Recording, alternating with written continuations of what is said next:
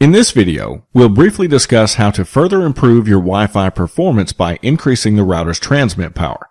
This is a heavily debated topic which is often misunderstood, and contrary to popular belief, increasing the transmit power doesn't really increase the router's range, but rather utilizes the current range more effectively. The router and the client device actually negotiate link speeds. This way, your wireless clients will always have a reliable uplink speed to the router.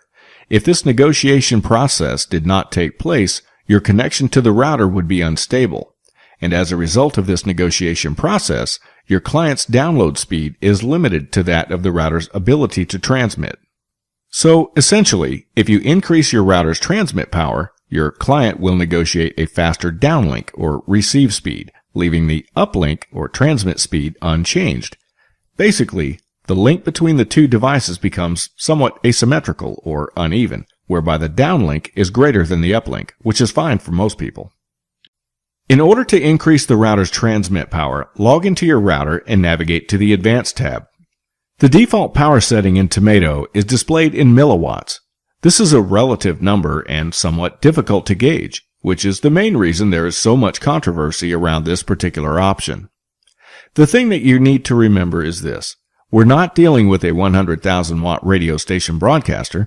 We're talking about a very small transmitter with a very small adjustment to the power. However, this small adjustment may be just enough to help you in those dead spots and hard to reach areas. Before changing the transmit power, be sure to select your country. For some countries, Tomato will limit the transmit power so the higher values will not apply anyway. If you have a single band router, you will only have one power option. If you have a dual band router, you will have two power options, one for the 2.4 GHz band and another for the 5 GHz band. Because this is a relative number, the default setting differs from one router to the next. In my case, I have an ASUS RTN66U. The default setting for this router is 42, and although the range can be set from 0 to 400, it's not recommended to set this above 250, and that would be an absolute maximum. But just because you can turn up the power doesn't mean that you need to max it out. Think of it like a car stereo. Sure, you can turn up the sound to an unbearable level, but the quality of that signal is atrocious. By turning the volume down to less than half, you get a nice balance of sound without an increase in the noise. With the power turned up, the closer you are to the speakers, the worse the music sounds. This theory also applies to your client device. Therefore, the closer your client device is to the transmitter, the more distorted the signal will be.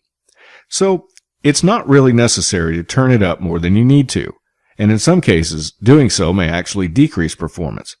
Therefore, if your client devices are close enough to the router, you'll be better off leaving this at the default setting. Although, if your client is just outside of the threshold and you need just a little bit of a boost, increasing the transmit power might be just what you need to achieve a successful connection.